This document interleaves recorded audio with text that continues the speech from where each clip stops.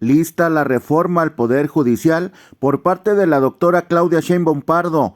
Comparte, suscríbete y quédate hasta el finalizar del video. Gracias. En una segunda pregunta, ahorita mencionaba que sobre este tema de la reforma al Poder Judicial, que si la Suprema Corte y el Consejo de la Judicatura no entrega la información que se está solicitando, de todas formas se va a emitir la convocatoria por parte del Senado, pero bueno, este es como un intento, digamos, de bloquear o de obstaculizar pues sí, el proceso, ¿no?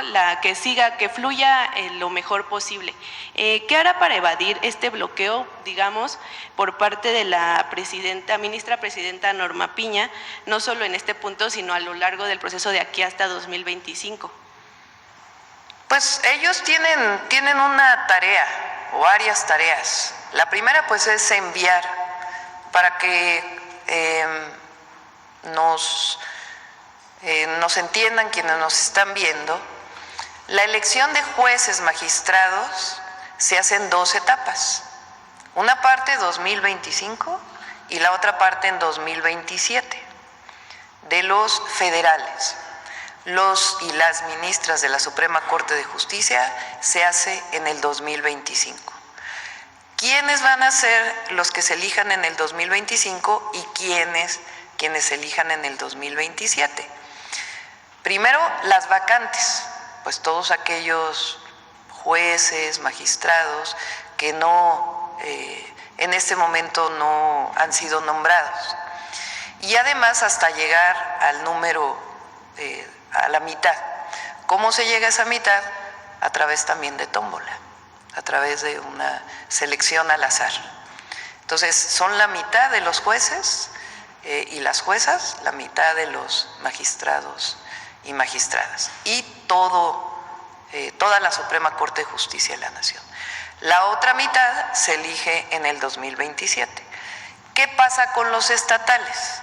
La Constitución dice que deben modificarse las constituciones estatales, las 31 y la de la Ciudad de México, para poder hacer su elección. En esas constituciones estatales pueden tomar la decisión de que se haga una parte en el 25 y la otra en el 27 o todo en el 27. Se abre esa posibilidad en la Constitución. Entonces, ¿cómo vamos a saber cuáles son las vacancias? Lo que dice la Constitución es que el Consejo de la Judicatura tiene que enviar al Senado de la República el número de vacantes para que sean tomados en cuenta. Hasta ahora, lo dijo el otro día el senador Fernández Noroña, no lo han enviado. Entonces, si no lo envían, lo que dice esta ley es que el Senado de todas maneras buscará la manera de conocer cuáles son las vacantes, que hay formas públicas de conocerlo, y con ello emitirá la convocatoria. Entonces, ese es el primero. ¿En qué otro participa la Corte? Bueno, se van a hacer 3 convocatorias, una sola convocatoria del Senado, y a partir de ahí el Ejecutivo, o sea, la presidenta y su equipo, vamos a lanzar una convocatoria para todas y todos los que cumplan los requisitos para inscribirse, ya sea como jueces, como magistrados o como ministras o ministros. Lo mismo hace el Congreso de la Unión y lo mismo hace la Suprema Corte. Entonces, la Suprema Corte tiene que emitir su convocatoria si quiere participar, pero esta ley, si no emite la convocatoria, también toma las medidas por si la Suprema Corte no emite su convocatoria. Se emite la convocatoria. Nosotros tenemos que definir a 5 personalidades, por supuesto abogados, abogadas reconocidas, el Congreso 5 y la Suprema Corte 5. Esos son el comité de selección. Ese comité ¿qué tiene que hacer? Emite la convocatoria, se inscribe en una convocatoria pública y después esos comités pueden buscar asesoría, por ejemplo, de profesiones, de la Secretaría de Educación Pública o de otras instituciones para poder hacer una primera selección. Recuerden que tienen que cumplir que deben tener 8 de promedio y 9 de promedio en algunas materias, de las cuales tienen que ser en donde van a concursar. Tienen que presentar cartas de recomendación, tienen que presentar también un ensayo. Entonces el comité de selección revisa, obviamente para tener la certeza de que tienen el título y tienen las calificaciones, pues pueden hacer las consultas necesarias a las universidades para que este comité pues tenga esa información. Después de ello pues van a seleccionar algunos de manera clara, transparente, pública. Y a partir de ahí pueden hacer entrevistas, esto dice la ley. Entrevistas para ver, bueno, seleccionamos a 200, 300. Pues entonces pueden hacer entrevistas en donde estos 5 representantes les pueden preguntar, bueno, ¿por qué quieres ser ministro o ministra de la Suprema Corte? ¿Qué pasa cuando te llega un caso de este tipo? Es decir, pueden hacer una entrevista que permita pues saber quién tiene las capacidades para estos cargos.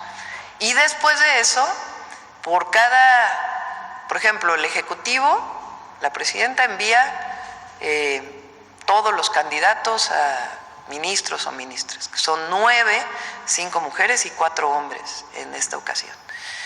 Entonces, tenemos que enviar 3 por cada puesto para que vayan a elección. ¿Cómo definimos esos 3? Pues primero este comité va a seleccionar 10, o sea, del Ejecutivo van a ser 90 para ministros y ministras.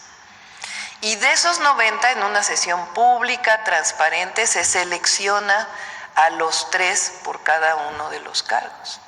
Y esos son los que van a votación, que la va a organizar el Instituto Nacional Electoral.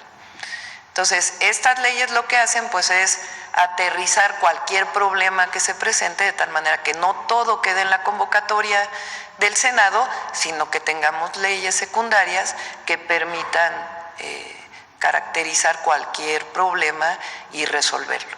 Y finalmente el INE, frente a cualquier problema, pues tiene sus instrumentos para poder resolver cualquier controversia. ¿Quién más? A ver, por acá, Carlos. A ver, acá adelante y luego atrás. Bueno, ahí, ustedes dos de una vez porque ya no señalé yo. Buenos días, Presidenta. Adrián de MBS Noticias. Preguntarle respecto a esta parte del proceso de elección de los juzgadores del país, si el INE demandó al Tribunal Electoral no frenar justamente los preparativos. Esto va enfocado a esto que nos comenta, esto de las leyes secundarias. Preguntarle su posición respecto a justamente este proceso que inicia el INE contra el Tribunal, este juicio para que no impidan pues revertir este tema, porque dicen que no hay competencia para suspender los actos electorales. Pues así es, lo hemos estado planteando toda la semana. A ver si no ponen el tuit de Diego Valadez, el doctor Diego Valadez, que es una persona que no estuvo de acuerdo, ustedes saben, con la elección. La Corte acepta esta revisión, este análisis hace unos días. Hay también algunos organismos empresariales que dicen que qué bueno que lo aceptó. Pues no es, a ver, la Constitución, ya lo dijimos. ¿Cómo se modifica? Pues a través de la mayoría calificada en las 2 cámaras y la mayoría en los congresos estatales. Eso ya fue aprobado, ya fue publicado y ahora viene el proceso de elección. Entonces dice, se sabía lo que iba a pasar con la mayoría calificada en el Congreso y pasó. En su momento la combatí. Ahora dice, la salud institucional del país exige sensatez por parte de todos. Es contraproducente desorientar a la sociedad. El contenido de una reforma constitucional no es impugnable. Y lo está diciendo un abogado que no coincide con la reforma, pero que está diciendo, a ver, ya la Corte ya no puede poner limitaciones en algo que ya es una reforma constitucional. Entonces, sigue el proceso, sigue el procedimiento.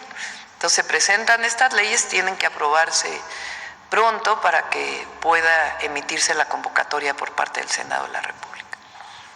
Recuerda, soy tu amigo y servidor, el licenciado Robert. Suscríbete, comparte, regálame tu like y nos vemos en un próximo video. Cuídate, bye.